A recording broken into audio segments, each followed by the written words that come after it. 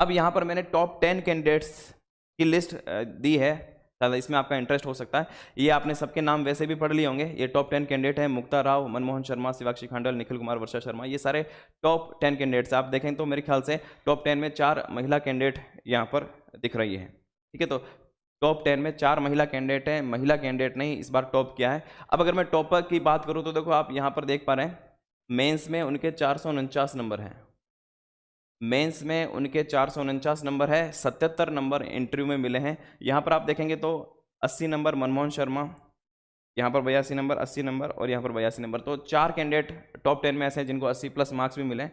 जो टॉपर है बिल्कुल डिजर्व करते हैं, मेंस में भी आप मार्क्स देख लीजिए, और 80 नंबर यहाँ पर बिल्कुल डिजर्व करते हैं और उनको 80 नंबर मिले हैं। बाकी अधिकांश सिर्फ 1 या 2 कैंडिडेट, देखो आप यहाँ पर 2 कैंडिडेट देखिए, निखिल कुमार और यहाँ पर आप देखेंगे विकास प्रजापति, जिनको इंटरव्यू में थोड़े से कम नंबर मिले। आप देखेंगे यहाँ पर 449 नंबर है और 448.5, लगभग यहाँ पर बराबर है नंबर है।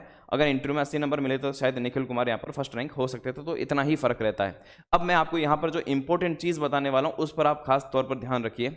मुक्ता राव ओबीसी कैंडिडेट, जनरल और ओबीसी कट ऑफ मेंस में बराबर ही गई थी, और वो कट ऑफ यहाँ पर मैं यहाँ लिख देता हूँ, RS 2018 मेंस की कट ऑफ मैं बता रहा हूँ यहाँ पर, जनरल और ओबीसी की जो दोनों ही बराबर रही थी, ठीक है। ये कट ऑफ आपको पता होनी चाहिए, ये कट ऑफ थी 344 पिछली बार, 344 कट ऑफ थी। जिनके भी 344 नंबर आए वो मेंस पास कर गए ओबीसी और जनरल में। अब आप 344 से यहाँ पर नंबर देखिए 449, यहाँ पर 105 नंबर का अंतर है।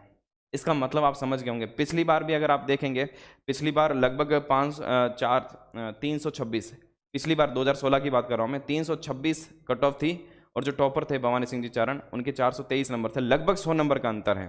तो यहाँ सीधा सीधा मैं आपको एक बात बताने वाला हूँ कि अगर आपको टॉप 10 की लिस्ट में आना है, अब मैं टॉप 10 की बात क्यों कर रहा हूँ या टॉप 20 की बात क्यों कर रहा हूँ, क्योंकि जो जनरल कैंडिडेट है, जनरल कैटेगरी से जो बिलोंग करते हैं, मानकर चलिए कि 25 रैंक के बाद 30 रैंक के बाद एसडीएम की पोस्ट नहीं मिलती है, 25 रैंक के बाद 30 रैंक के बाद नॉर्मली एसडीएम की पोस्ट जनरल कैंडिडेट को नहीं मिलती है। अगर आप जनरल कैटेगरी में आते हैं तो आपको 25 से 30 रैंक के अंदर ही रहना पड़ेगा, तभी आपको एसडीएम की पोस्ट मिलेगी। इसका मतलब है कि जो भी कट ऑफ रहती है मेंस की, उससे 100 प्लस मार्क्स कर लीजिए। मेंस में इतने मार्क्स आपके आने चाहिए, तभी आपको एसडीएम की पोस्ट मिल सकती है अगर आप जनरल कैंडिडेट हैं।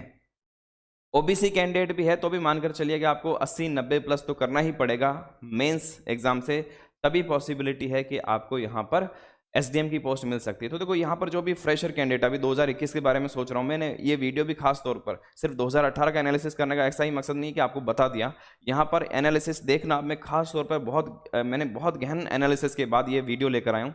ये 2021 के तैयारी के दौरान स्ट्रेटेजी बहुत इंपॉर्टेंट होती है, किस तरह की आपकी स्ट्रेटेजी होनी चाहिए। मैं ये सारी इतनी चीज़ें इसलिए कर रहा हूँ क्योंकि ये पढ़ाई के साथ साथ ये चीज़ें भी बहुत ज़रूरी कि आपका एनालिसिस बहुत सटीक होना चाहिए।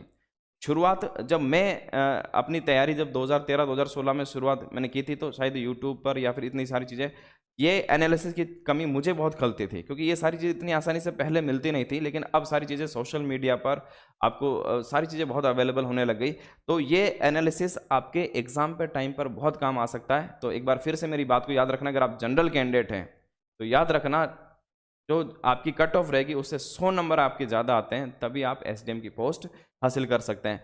तो क्लियर हो गया होगा। देखो यहाँ पर 526 नंबर है, इसके अलावा अगर मैं 10 टॉप यहाँ पर 10वीं रैंक की बात करूँ तो उनके 508 नंबर हैं। तो आप देख लीजिए लगभग 18 नंबर का अंतर है, 18 मार्क्स का अंतर यहाँ पर आ चुका है।